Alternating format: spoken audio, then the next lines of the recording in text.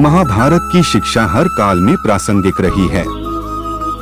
महाभारत को पढ़ने के बाद इससे हमें जो शिक्षा या सबक मिलता है उसे याद रखना भी जरूरी है। तो आओ हम जानते हैं कि शिक्षाएं जो हमें महाभारत, युगंधर और मृत्युंजय पढ़ने पर मिलती हैं। हालांकि यह भी सच है कि आप महाभारत पढ़ेंगे तो हो सकता है कि आपको कुछ अलग शिक्षा या सबक मिले। 1. जीवन हो योजनाओं से भरा।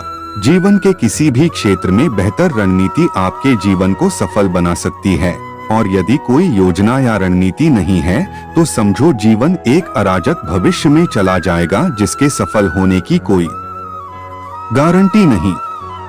भगवान श्री कृष्ण के पास पांडवों को बचाने का कोई मास्टर प्लान नहीं होता तो पांडवों की कोई औकात नहीं थी कि वे कौरवों से किसी भी मामले में जीत जाते।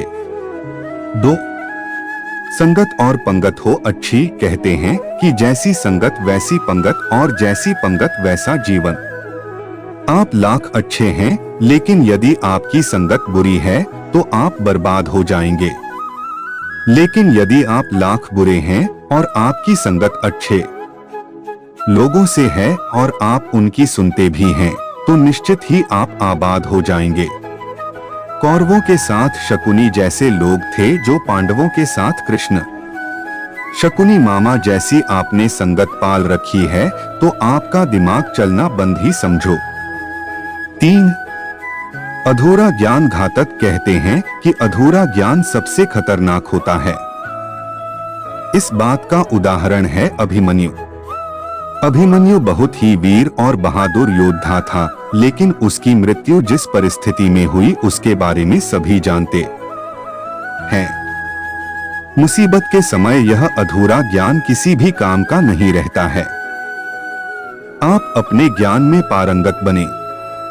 किसी एक विषय में तो दक्षता हासिल होना ही चाहिए। 4. दोस्त और दुश्मन की पहचान करना सीखें। महाभारत में ऐसे कई मित्र थे जिन्होंने अपनी ही सेना के साथ विश्वासघात किया। ऐसे भी कई लोग थे जो ऐन वक्त पर पाला बदलकर कौरवों या पांडवों के साथ चले गए। शल्य और युयुत्सु इसके उदाहरण हैं। इसीलिए कहते हैं कि कई बार दोस्त के भेष में दुश्मन हमारे साथ आ जाते हैं और हमसे कई तरह के राज लेते रहते हैं। कुछ ऐसे भी दोस्त होते हैं जो दोनों तरफ होते हैं, जैसे कौरवों का साथ दे रहे भीष्म, द्रोण और विदुर ने अंतत युद्ध में पांडवों का ही साथ दिया। 5.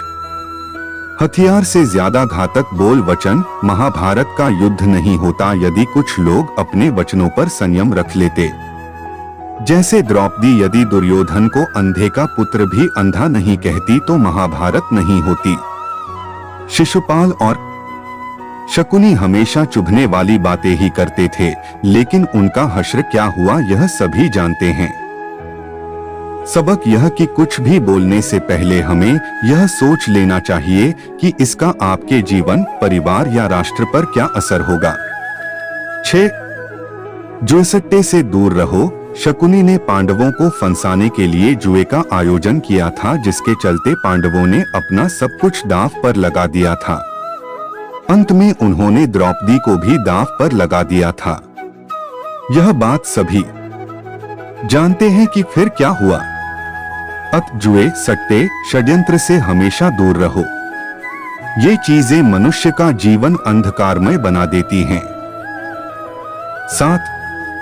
सदा सत्य के साथ रहो। कौरवों की सेना पांडवों की सेना से कहीं ज्यादा शक्तिशाली थी। एक से एक योद्धा और ज्ञानीजन कौरवों का साथ दे रहे थे।